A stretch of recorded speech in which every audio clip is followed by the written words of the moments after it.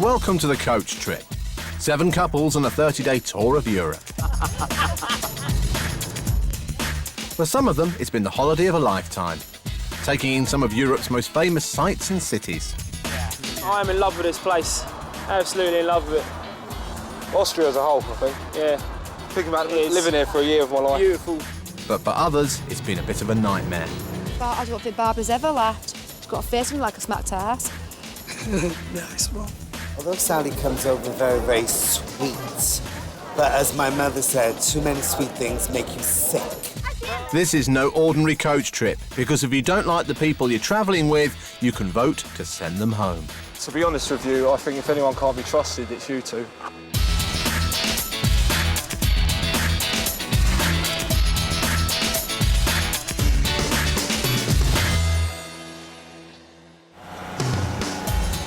Currently travelling on the coach trip are Marion and Phil. People are people at the end of the day. Well, let's face it, you know, it is Great Britain, and that's why they put the Great before Britain, because that's the sort of people we are. Barbara and Pete. And Pete, we decided, was a polar bear. Only from head up, though. Yeah. Max and Tom. Can we just ask a favour, though? Yeah, can you bring in 2 fit birds? Up for that, mate. Proper up for it as well. Rose and Ellen. I'm quite serious, but I'm not. And people don't know how to take it. But it was all right. Laugh about it afterwards. Oh, yes. Sally and Emma. Does she ever put her brain and her mouth together in, like, one thing? Pasquale and Bob. You do become a little clique, you do become a little family unit. I fear for the new couple. And looking after everyone on the trip is tour leader Brendan. They're gals who shop, you know, they're gals who lunch. And our group are definitely not like that. Yesterday, day 8, the coach was in the Austrian capital, Vienna. A fun-packed day saw them go to the zoo, make some apple strudel, and go on a Ferris wheel. In the boat, Steph and Joanne got their second yellow card and departed the trip. And at the end of the day, Ellen and Rose arrived on the coach. See how they get on with everyone else as they settle into their first full day on the coach trip. The coach is making its way to the southern Austrian city of Graz. It's going to be a long journey, so there's plenty of time for newcomers Ellen and Rose to bond with their fellow passengers.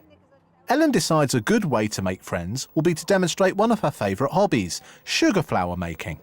If everyone can just soften this paste down, right? Just soften the paste down in your hand, so it's like putty. And then make sure that you've closed it, so there's no air gets to it until I'm ready to demonstrate. Okay, you want me to do that with all of them? No, each individual one, let everyone do it. Soften it down so it's like... That's right. But unfortunately, the other passengers aren't quite as enthusiastic about sugar flower making as Ellen is. Tried to be interested in the sugar flowers, but I felt like I was back in a school craft class, and I was always dreadful at school craft classes, so... Yeah, we couldn't do it at all. Even the boys were better than us. Although the sugar flower making wasn't an instant hit, it has provided an opportunity for the rest of the group to form their first impressions of the new pair. When Ellen and Rose first got on coach, they weren't what anybody expected, to be honest, but they seemed very nice, outgoing people. Yeah, they're chatty, you know. Yeah, they're very chatty. Relaxed. In fact, if it's cold weather, we normally keep it down our bosoms, and it keeps it great. The men in the pockets are... Rose and Ellen continue to impart their sugar flower wisdom as the coach continues towards its next destination on the trip, Graz. Graz is the capital of the Styria province in southern Austria. It's situated on the Mur River and lies at the foot of the Styrian Alps, southwest of Vienna. The name Graz is derived from the Slavic word for little castle, and Graz was built around the Schlossberg, a mountain which once had a castle on top that can be found in the centre of the city. The mountain also has one of the most famous sights of Graz, the clock tower, which has been ticking away since 1712. It symbolises the romantic flair of this city and is a traditional place for couples to have their first kiss. In the last few years, the city has got some new public buildings. The most famous ones are the Kunsthaus Museum of Modern Art and the Murinsel, which is an island made out of steel in the river. With all this and a wine growing area to its south, it's easy to see why Graz is now listed as a World Cultural Heritage Site and had the title of Cultural Capital of Europe in 2003. Before the group immerse themselves in the delights of Graz, Brendan sets them up for the afternoon ahead with a fast food lunch, taken just outside the city. But there seems to have been a problem whilst ordering their food. Something has upset Sally. And he didn't even really apologise, just trying to pat me on the back. I was like, you should say sorry, you Apparently, it's Brendan who is the source of the upset. While organising everyone's food orders, it appears he lost his patience with Sally. You've got 30 people to take orders from. The lady doesn't speak perfect English, so you've got to be very careful. So systematically, people come forward, do their order, step to the side, get their order, and off they go. But Sally, no. She comes in, she's right at the front, and she's in everybody's face, including my own, and I'm trying to do orders. The lady isn't understanding, she's screaming like mad, and in the end, she went over to one of the counters, and you know they give the kids these balloons and things. She got a load of balloons out, started banging about with those right behind me, and I just turned on her. And I just said, look, Sally, just go away from here. People are trying to do their orders, and I suppose I lost it in a way. But sometimes I think, no, I didn't lose it. She needed to be told. She needed to be told to just go away from the scene so that people could get their orders in and we could all get fed. What a complete and utter Okay, time to drop it. No. Yes, Sally. The girls are not happy about what happened and want to talk to Brendan. Sorry, but you were rude and you were out of order. I know, and I've apologised twice. So, you know, every time you keep bringing it up. So I've apologised. What more do you want me to do? But you just say, I know, but I've apologised. What more do you want me to do? It's fine.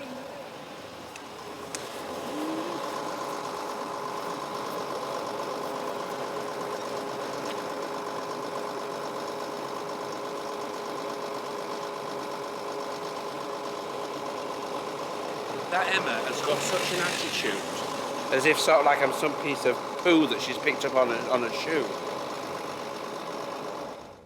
Back on the coach, and Sally is still upset with Brendan. I didn't really do anything wrong.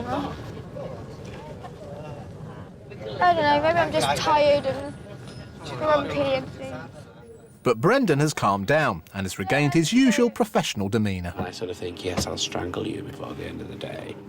But then, but then I bounce back, and I always think, she's small enough to fit in a microwave and put on full power. But there we are. So it's already been a testing day for some of the group, but their next stop might be just what they need to take their minds off things.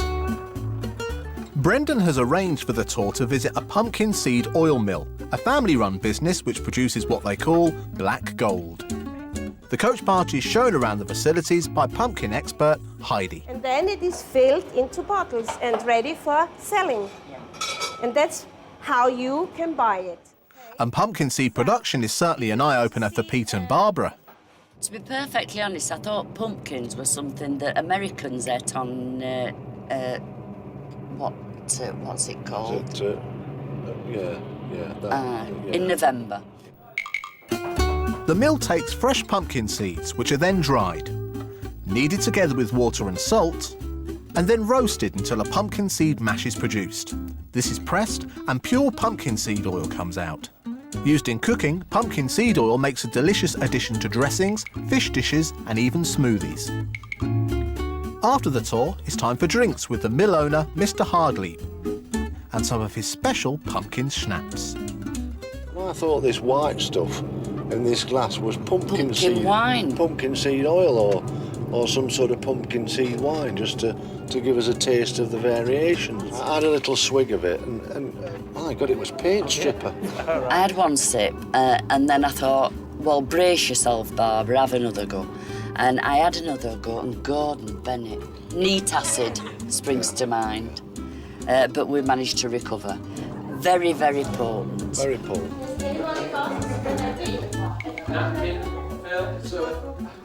With schnapps downed, the group move on to taste the pumpkin seed oil. Pumpkin seeds are incredibly good for the body. Eaten raw, they contain essential fatty acids and beneficial protein. They're also known to help reduce cholesterol and the risk of heart disease and certain types of cancer.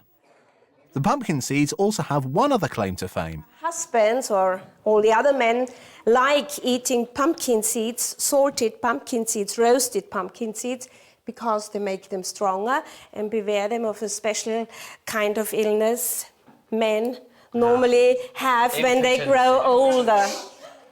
It's the Viagra of Austria. And as soon as the group find out that pumpkin seeds are the Viagra of Austria, they head straight to the shop. So, of course, everybody's running around grabbing whatever pumpkin seeds. Well, all the men are anyway. And the ladies, like, you know, Barbara and Marion, are just stood there with smiles on their faces in anticipation, I think. Bill, are you going to buy any seeds tonight at all? Actually, have a little bit of a... 2 bagfuls, I think. You've bought 2 bagfuls, have you? Oh, yeah. Does that say a lot for you, Phil, then, really, in your performance at all? You answer that Just question fatigue. truthfully? There's nothing wrong with my performance. There isn't. No. Well, I hope not. We actually helped ourselves to the free samples and to see if it Tasted worked. each. Yeah, orange, chocolate, And, all the various ones. 20 or 30. Yeah, I nothing thought- seemed to come up, I thought- so we just carried on, yeah, didn't we? Yeah. I bet you could eat them like that. Very good for you. I think 3 will be enough, isn't it? Tom decides to sneak away from the group to conduct his own experiment. I don't think the Viagra's kicked in yet. It is only natural Viagra, so it's probably a bit slower than the normal stuff. Although I've never tried the normal stuff either.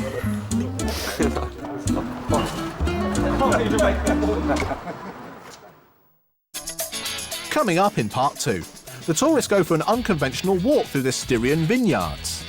More power, more power. More power. Yes. A new pair join the coach, and Max and Tom are pleased to discover they have something in common with them. And there's a surprise yellow card at the vote.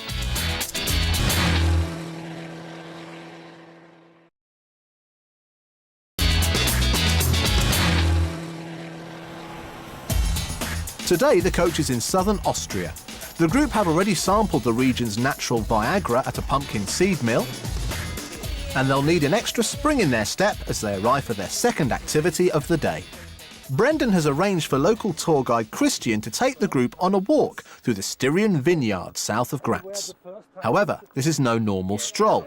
This is Nordic walking. Like this. And after a quick tutorial from Christian, This is the right way. it's time for a Nordic walk through the vineyards. Yes, very nice. Good. Good, very good. Very good. Many elements of ordinary walking become more effective with poles. More force, put more force into it. Walking technique becomes more balanced, the body posture improves. In fact, a walk with poles can be around 40% more effective than without. Although the group don't seem convinced. We normally give out sticks to people with a disability. And I can quite easily walk up and down hills, and especially on concrete. Open, close. Open, close. It's a lovely view and all that, but we've got these pointless sticks. I've always been able to walk normally without the aid of sticks, from a young age, and all of a sudden, apparently we need them.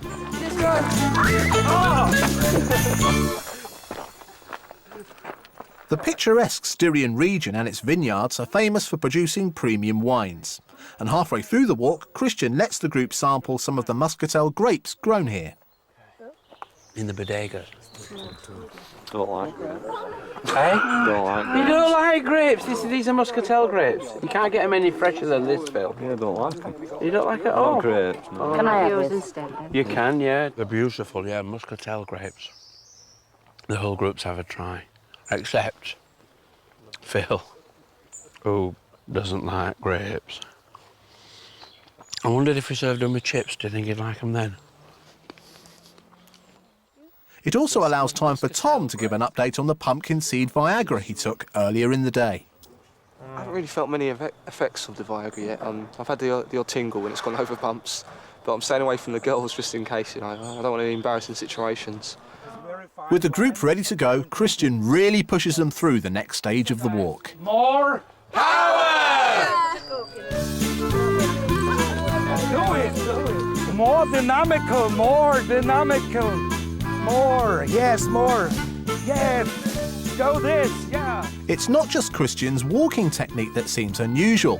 His dress sense has raised a few eyebrows too. Christian arrived as if he'd come from some sort of walking or some sort of sporting event.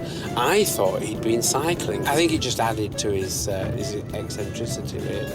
This weird, costume that he was wearing to go power walking. That's what he kept calling it. We have more power. More power, more power. More power. Yes. Oh my God, the things you have to do. More power! After their power walk, the group get back to the coach for a sit-down. And as they catch their breath, Brendan introduces the new pair who will be replacing the couple who were red-carded yesterday. Right, guys. You're going to present Trevor, who's joining us. Hey! And Paul, who's joining us. Just sitting there. Hi, guys. Thank you very much. OK. Thank you. Right, Trevor. Hi, I'm Trevor. I come from Bromley in Kent. I'm married, 2 children. I'm a courier. Other than that, looking forward to me time away from home and having a rest and just enjoying myself. Good. How Paul? about you, Mr. My Paul? name's Paul, 38. Also come from Bromley. Also married, 3 little boys. Again, looking to enjoy myself for a good few days, hopefully. Max and Tom waste no time in getting answers to the important questions. Are you into footy? Yes. Very much so. Who do you support? Here we go. Tottenham.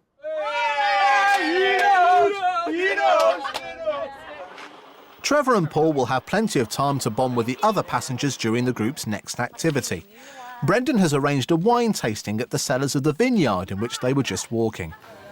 It is set in the 900-year-old castle Gamlitz, which for the last 100 years has been the home of the Melcher family. The vineyard specialises in Sauvignon Blanc, but very good Muscat, Pinot Blanc and Chardonnay are also produced here. The owner, Arnold Melcher, lets the group sample a couple of his wines.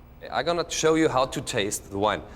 Hold your glass like this, not this way. This is not nice, and also you warm up the wine, And then you have to swing the glass and never breathe inside the glass. Very important, like that. Look here.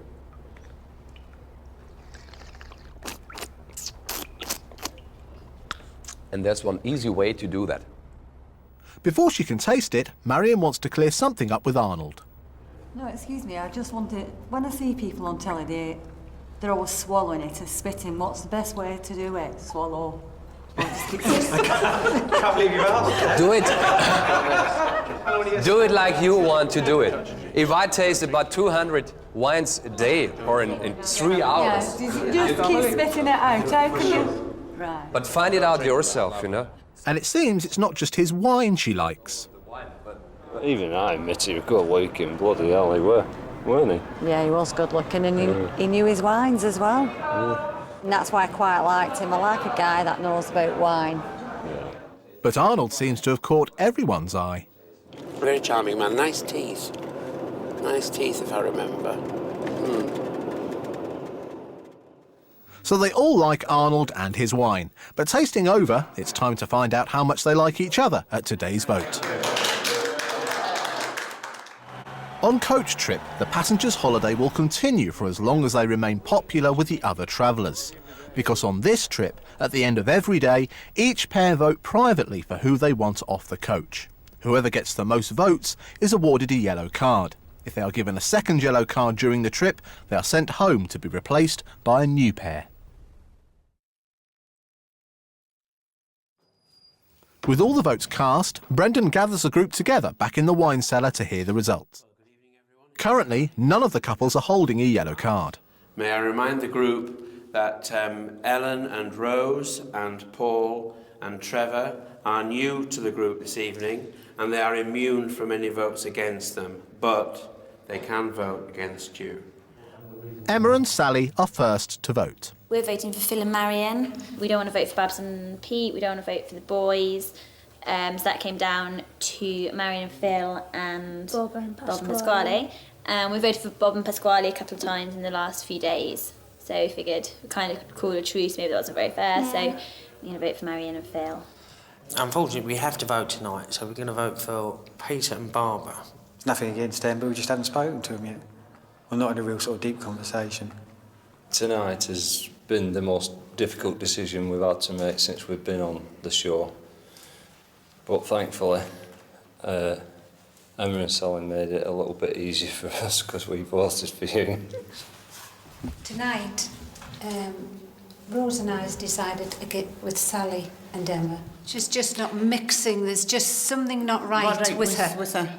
You know? And she keeps doing things that, I don't know, it just doesn't showing fit in. much interest, actually. And when I was showing her the flowers, she just wasn't bothered. Yes. We just think that they should be off. Yeah, tonight me and Tom are going to be voting for Phil and Marion. Basically, I'm going to cut it short, mate. I'm not going to do the whole lovey-dovey thing because you know each other now, don't we? And like, you know how it all works. So like, basically, it's just because I don't know. You seem to moan about all the food in Austria, mate. You know? Just eat it, geezer. You know. We're not in England, mate. Steak and chips. Tonight, Peter and myself are voting for Bob and Pasquale. Had we been in a position to vote for ourselves, we would quite possibly have preferred to do that. Then vote anyone else off. A yellow card. We do regret having to vote for you, and we're sorry. No problems at all. We've made good friends with you two, and it's actually a privilege to be voted by you two, so it's not a problem. We're voting for Phil and Marion. We are not being singled out as the couple who seem to be picking on the two girls. I just don't think I can give her the vote because I'm not walking around tomorrow feeling uncomfortable. I really am not. If it's seen as a tactical vote, then so be it. It's horrible. There's certain couples we feel at this point that we couldn't give the vote to, and now we just feel awful that we're giving them the vote that gives them a yellow card. So, Marion and Phil get their first yellow card, and it's certainly unnerved Phil. A bit gutted, to be honest with you. You know, at the end of the day, we've been getting no votes, and then you get three. It's like buzzes, isn't it? Now we've got one, you know, I suppose it makes it even more thingy because tomorrow might be our last day, if anything. At the end of the day, 2 of the 3 couples who've been voting off have gone yellow-red. As the group enjoy an evening meal at the castle, Bob and Pasquale are not at all happy about what's happened, as it seems their tactical voting has backfired. We've given 2 of our best friends a yellow card, and I seriously am gutted.